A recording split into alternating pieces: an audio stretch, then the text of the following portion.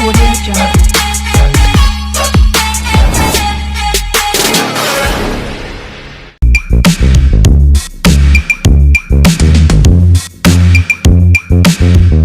Hello students, how are you? Welcome to my YouTube channel Pankaj physics Gulati.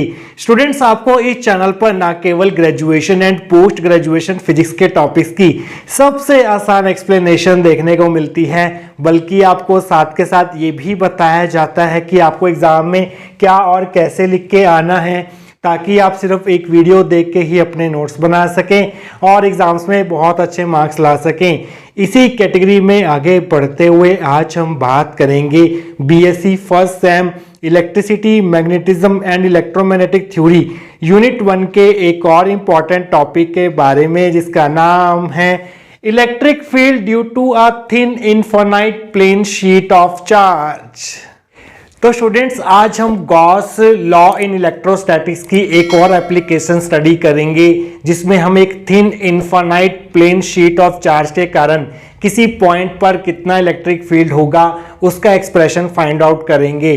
तो सबसे पहले हम कंसिडर करेंगे एक थिन इनफाइनाइट प्लेन शीट। तो स्टूडेंट्स, ये है हमारे पास एक थिन इनफाइनाइट प्लेन शीट। इसको हमने प्लस क्यू चार्ज देना है, जो कि इसके सरफेस पर यूनिफॉर्मली डिस्ट्रीब्यूटेड हो जाएगा। ये शीट जो है वो एक प्लेन सरफेस है, तो यहां पर हम कंसिडर करेंगे सरफेस चार्ज डेंसिटी। हम मान के चलेंगे कि इस प्लेन शीट ऑफ चार्ज की सरफेस डेंसिटी है सिग्मा, जो कि होता है चार्ज पर यूनिट एरिया।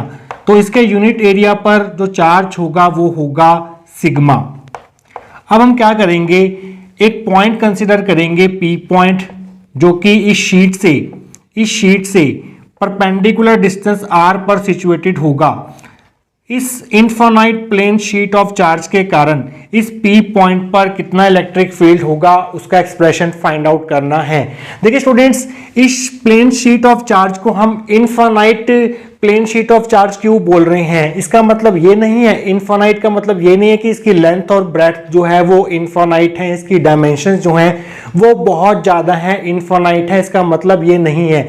इसका मतलब ये है कि ये जो हमने डिस्टेंस लिए है आर, वो इसकी डायमेंशंस के कंपैरिजन में बहुत बहुत स्मॉल है। पी पॉइंट जो होगा वो इस शीट के बहुत क्लोज होगा, इसलिए हम इस प्लेन शीट ऑफ चार्ज को infinite plane sheet of charge बोल रहे हैं। तो स्टूडेंट्स, इसको हम एक एग्जांपल के थ्रू समझते हैं। मान लीजिए यहाँ पर एक मक्खी बैठी है इस ब्लैक बोर्ड के ऊपर। मक्खी जो है वो बहुत छोटी होती है, अगर वो अपने चारों तरफ देखेगी तो उसे ब्लैक बोर्ड जो है वो इनफाइनाइट नजर आएगा, बट एक्चुअली जो है ब्लैक बोर्ड की डायमेंशन जो है वो फाइनाइट डायमेंशंस हैं। बट इस मक्खी के लिए ब्लैक बोर्ड जो होगा वो इनफाइनाइट सरफेस का काम करेगा। तो कहने का मतलब ये है, इस चीज का आप ध्यान रखेंगे। हमने पी पॉइंट पर इलेक्ट्रिक फील्ड निकालना है due to this infinite thin plane sheet of charge. इसकी थिकनेस जो है वो नेग्लिजिबल है, ना के बराबर है। और पी पॉइंट पर इलेक्ट्रिक फील्ड हमने फाइंड आउट करना है with the help of Gauss law. Gauss law जो है वो क्लोज सरफेसिस पर एप्लीकेबल होता है। तो आपको क्या करना होगा, एक सिमेट्रिकल गॉसियन सरफेस जो है वो इमेजिन करना होगा। इस केस के लिए जो हमारा गॉसियन सरफेस होगा वो एक सिलिंड्रिकल सरफेस होगा। तो आप क्या करेंगे, एक सिलेंडर ड्रॉ करेंगे इस तरह से।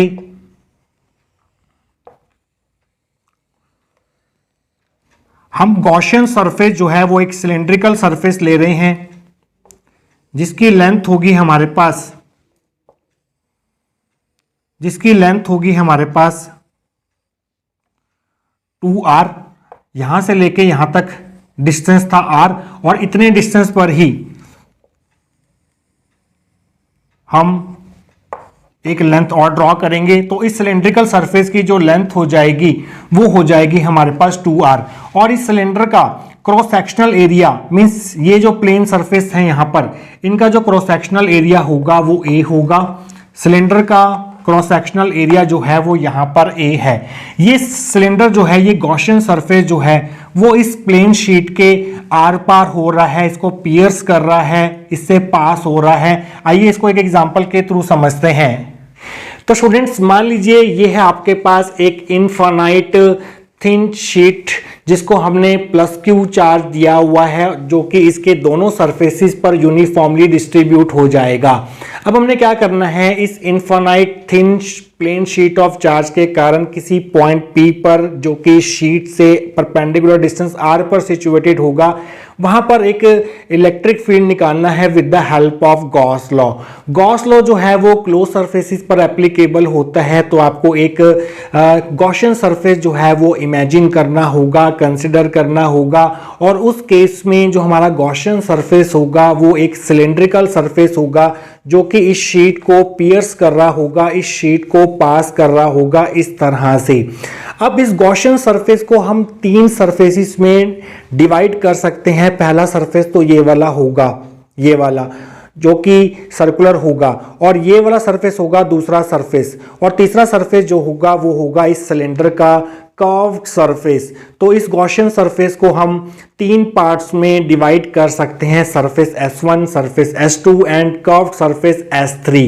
तो स्टूडेंट्स आइए देखते हैं कि अगर एक क्वेश्चन आपको एग्जाम में पूछा जाता है तो इसकी थ्योरी को आप कहां से स्टार्ट करके आएंगे। आइए अब वो देख लेते हैं। Consider a thin infinite plane sheet of charge having surface charge density sigma. तो सबसे पहले हम कंसिडर करेंगे थिन इनफाइनाइट प्लेन शीट, जिसको हम प्लस क्यू चार्ज देंगे, जो कि इस शीट के इस वाले सरफेस पर उसके और इसके पीछे वाले सरफेस पर यूनिफॉर्मली डिस्ट्रीब्यूट हो जाएगा, और इसकी जो सरफेस चार्ज डेंसिटी होगी वो सिग्मा होता है हमारे पास charge per unit area. We have to calculate electric field E at a point P situated at a normal distance R from the sheet। हमने इस शीट के कारण किसी पॉइंट P पर, जो कि इस शीट से परपेंडिकुलर डिस्टेंस R पर सिचुएटेड है, वहां पर इलेक्ट्रिक फील्ड निकालना है with the help of Gauss law in electrostatics. Imagine a cylindrical surface of cross-sectional area A and length 2r passing through the sheet to represent a Gaussian surface S। तो अब हमें क्या करना होगा, एक symmetrical Gaussian surface जो है वो कंसिडर करना होगा। इस केस के लिए जो सिमेट्रिकल गॉसियन सरफेस होगा वो एक सिलेंड्रिकल सरफेस होगा, जिसका क्रॉस सेक्शनल एरिया होगा A, इसका क्रॉस सेक्शनल एरिया होगा A, और इस सिलेंडर की जो लेंथ होगी वो होगी हमारे पास r plus r, that is 2r। इस गॉसियन सरफेस को हम नाम देंगे S। तो ये है हमारा सिलेंड्रिकल गॉसियन सरफेस S। तो स्टूडेंट्स यहां तक हम कंप्लीट कर चुके हैं, इसके आगे का पार्ट हम देखेंगे आने वाले सेक्शंस के अंदर। तो स्टूडेंट्स अब हम क्या करेंगे, इस गॉसियन सरफेस S को तीन सरफेसेस में डिवाइड करेंगे। पहला सरफेस होगा हमारे पास S1, इसको हम नाम दे देते हैं S1। यह है हमारा पहला सरफेस S1। यह है हमारे पास दूसरा सरफेस S2, और तीसरा होगा हमारे पास curved surface of cylindrical Gaussian surface, that is S3। अब हम क्या करेंगे, इन तीनों सरफेसेस पर छोटे छोटे एरिया एलिमेंट कंसिडर करेंगे, each of surface area ds। यहां पर भी कंसिडर कर लिया, यहां पर भी कंसिडर कर लिया ds स्मॉल एरिया एलिमेंट, और यहां पर भी कंसिडर कर लिया एक small area element of surface area ds। अब देखिए स्टूडेंट्स, ये है एक पॉजिटिवली चार्ज प्लेन शीट। इसका इलेक्ट्रिक फील्ड जो है वो इस तरफ होगा और इस तरफ होगा। तो यहाँ पर जो इलेक्ट्रिक फील्ड की डायरेक्शन होगी वो इस तरफ होगी E वेक्टर, और इस सरफेस के लिए जो इलेक्ट्रिक फील्ड की डायरेक्शन होगी वो भी इस तरफ होगी, E वेक्टर इस तरफ होगा। अब इसके लिए इस सरफेस के लिए जो इलेक्ट्रिक फील्ड की डायरेक्शन होगी वो इस तरफ होगी, ऐसे E वेक्टर। अब हम क्या करेंगे, तीनों सरफेसिस के यूनिट नॉर्मल ड्रॉ करेंगे, जो कि आउटवर्ड डायरेक्शन में पॉइंट आउट करेंगे। इसका यूनिट नॉर्मल वेक्टर होगा n कैप, जो कि आउटवर्ड डायरेक्शन में पॉइंट करेगा। इसका यूनिट वेक्टर होगा इस डायरेक्शन में n कैप, जो कि परपेंडिकुलर टू द ds होगा, और इसका जो यूनिट वेक्टर होगा उसकी डायरेक्शन जो है वो नॉर्मल टू ds होगी, and it will be directed radially outwards. तो स्टूडेंट्स अब क्या करेंगे, हम इन तीनों सरफेसेस के कारण जो इलेक्ट्रिक फ्लक्स होगा वही हमारा होगा total electric flux through the Gaussian surface S। तो स्टूडेंट्स आइए देखते हैं कि इसकी थ्योरी में आप और क्या ऐड करके आएंगे। The Gaussian surface S can be divided into three surfaces S1, S2, S3। इस पूरे गॉसियन सरफेस S को हम तीन सरफेसेस में डिवाइड कर सकते हैं। पहला सरफेस हो गया ये वाला S1, दूसरा सरफेस हो गया S2, और तीसरा हो गया हमारे पास curved surface S3। Consider a small area element ds on each of the surfaces. तीनों सरफेसेस पर हम एक एरिया एलिमेंट कंसिडर करेंगे, each of surface area ds। यहां पर कंसिडर किया, यहां पर कंसिडर किया, और यहां पर कंसिडर किया। Charge enclosed bye the Gaussian surface S। अब देखिए स्टूडेंट्स, इस गॉसियन सरफेस के द्वारा कितना चार्ज एनक्लोज किया जाएगा। इस शीट को हमने प्लस क्यू चार्ज दिया था, तो क्या ये गॉसियन सरफेस इतना चार्ज एनक्लोज करेगा? तो आंसर है नहीं। ये गॉसियन सरफेस उतना ही चार्ज एनक्लोज करेगा जो कि इसके क्रॉस सेक्शनल एरिया में आएगा,